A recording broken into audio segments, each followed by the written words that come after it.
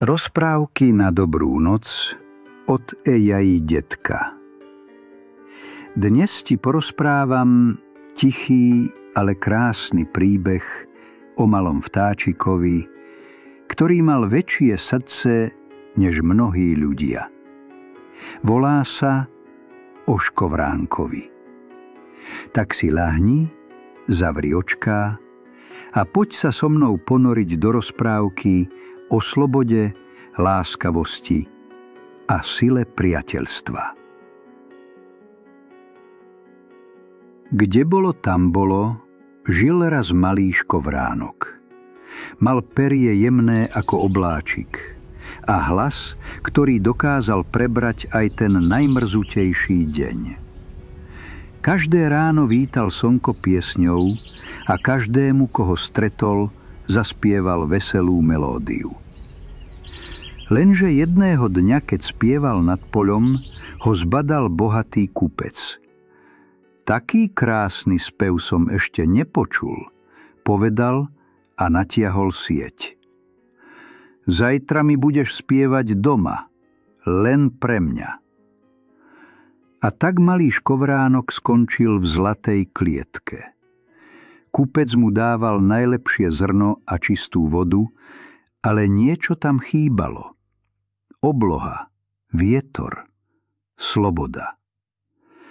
Každé ráno sa snažil spievať, ale jeho pieseň znela smutnejšie a smutnejšie. Kupec si to všimol a rozhneval sa. Na čom je vták, ktorý nespieva? Zahromžil.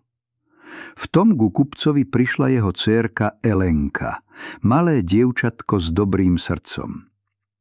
Keď videla vtáčika so sklopenou hlavičkou, pýtala sa: Ocko, prečo plače? Neplače, len je hlúpy, odvrkol kupec. Mal by spievať a radovať ma. Elenka k nemu pristúpila, otvorila dvierka klietky a šepkala: Neboj sa, ja ťa nezraním.